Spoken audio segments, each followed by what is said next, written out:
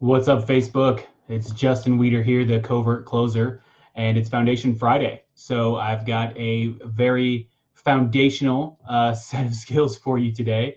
Um, I want to talk to you guys about your discovery process and the questions that you're asking your customers before you start helping them. One of the things that I made a graphic about for Instagram the other day. If you don't know my Instagram, go check it out. It's at Covert Closer. Anyways, so one of the things I made for my Instagram the other day was about the pump and pounce. And Megan saw it and she was like, "What's the pump and pounce?" And I was like, that's when you ask someone a basic question and they tell you what their challenge is. And then as a salesperson, you jump all over it like, "Oh, I've got the perfect thing for you. Let me show you, blah, blah, blah." And every salesperson kind of learns that right off the gate that, that actually probably isn't going to work. People don't like that. They don't like to feel like you ask them a leading question just so that you could hit them with your solution right afterwards. People like to feel understood, right? So that's what I want to talk to you guys about. Typically, when salespeople are asking questions about what a problem the customer has or what made them decide to check your product out, you're typically going after the surface level information.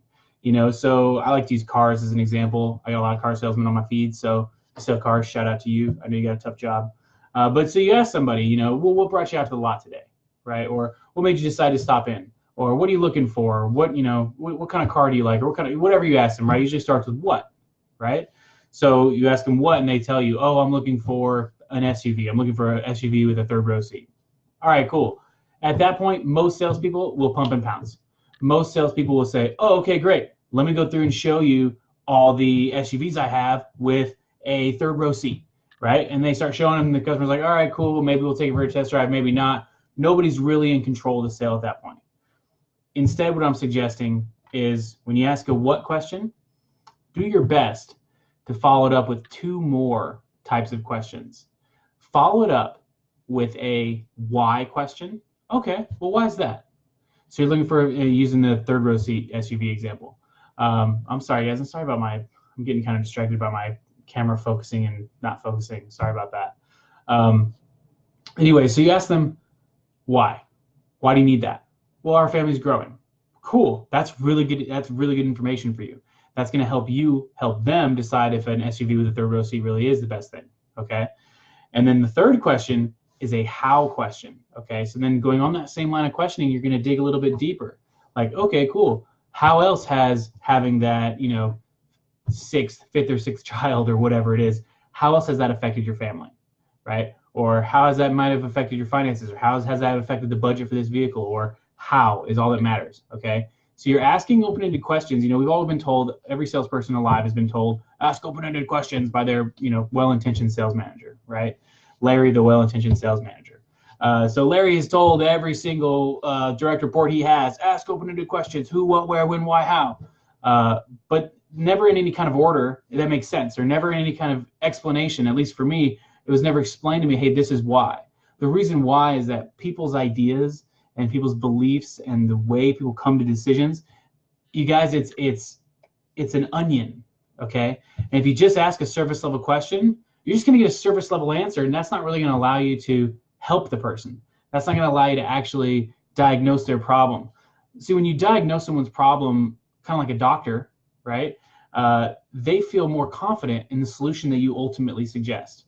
So let's say, again, in the car sales example, if this person really needed a minivan, in your opinion, in your professional opinion as a car salesman, if they needed a minivan instead of a full-size SUV, full-size SUV might be what they want, but what they'd really be happier with based on your assessment of their lifestyle, based on the questions you ask them, what they really need is a minivan. And so then your job then becomes showing them that so that they'll be happy, so that their problem will actually be solved.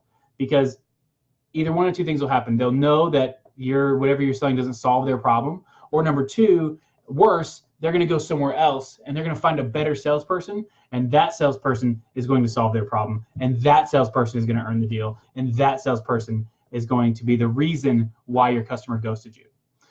So anyways, that's that, you guys. Basically, the nuts and bolts of Foundation Friday today are ask your questions in sets of 3.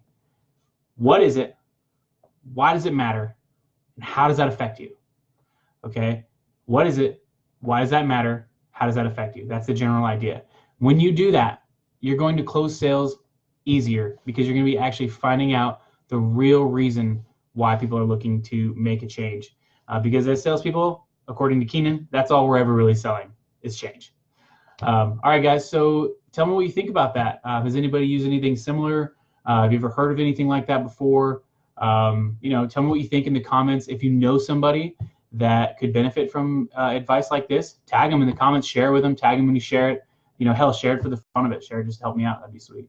And, you know, if you work at a company that currently you think might benefit from some kind of message like that, or your team might benefit, or you're a sales manager watching this, you know, I'm looking to get the Covert Closer off the ground here, the business. I've got my book out. I'm working on some courses for you guys, so stay tuned on that. But anyways, if you work in a company that might benefit from this, I'd love to do a free training for you guys. I'd love to do a 30-minute to an hour. Either I'll be in person in Denver if you live in Denver, or I would do something over WebEx or Zoom for your team for free. So feel free to reach out to me on that if that interests you at all, or if you know somebody that would interest, put it in the comments, tag them. Otherwise, you guys get out there, have a great weekend. Those of you guys have to work on the weekend, make it worthwhile, at least get paid. And so you guys hit back here Monday for Mindset Monday. Thank you, Anthony. Appreciate that, man.